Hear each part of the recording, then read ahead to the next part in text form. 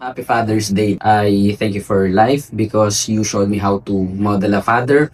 And hindi ko lagi malilimutan paborito nyo linya na paabot ng remote kahit magkatabi na kayo. My father is a romantic. Naalala ko nung grade 6 ako, lagi niya akong tinuturuan about love. And even kinukwento niya yung stories nila ni mama before kung paano sila nagkakilala, paano sila nagmahalan. Kaya sa iyo pa, Happy Father's Day. Sana mabuhay ka pa na matagal. Mahalin mo pa yung mga gusto mong mahalin. Mahalin mo yung pamilya mo, mahalin mo lalo si mama.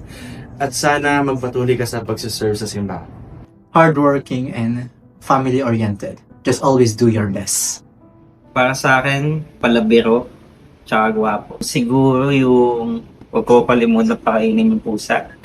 One thing that describes my father, he is supportive. Most evident when I was an athlete, he would always travel long distances, even by ship, just to watch and support me at my competitions. And one of his iconic lines is, "Kamu pumurupundo ka mo kito na." Kapag nainisan siya sa amin.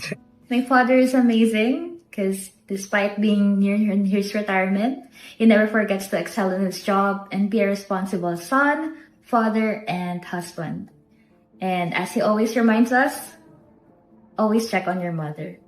Father ko ay masikap at palaban sa lahat ng bagay. Jeepney driver yung tatay ko, tapos maraming napagdadaanan yung transport sector natin ngayong mga araw na to dahil sa krisis sa langis, ano. Tapos hindi yan pumapayag na naagrabyado siya tsaka yung mga kasamahan niya. Talagang lumalaban yan kung anong tama. Tapos, ayun, yun yung pinaka gusto ko sa tatay ko na feeling ko naman ako na hindi ko tinatalikuran kung anong tama. Kasi kung saan ang tama, doon ka dapat, di ba? Tapos, ang pinaka gusto kong sinasabi niya sa akin ay, simple lang, kumain ka na ba? Kumain ka na ba, sis? Nasa dorm ka na ba? Mga ganong bagay. Ang papa ko is my superhero and at the same time my number one fan.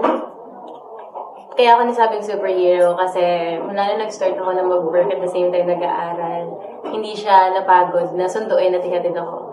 And masasabi ko na every time na may mga bagay na hindi ako sure na gagawin or nagda-doubt ako sa sarili ko, he will always be the one to push me na gawin yun kasi alam niya na at the end of the day, magagawa ko siya at magiging successful ako. Yung line na palagi niyang sinasabi, magpahinga ka kapag hindi mo na kaya. And I'm so proud of you.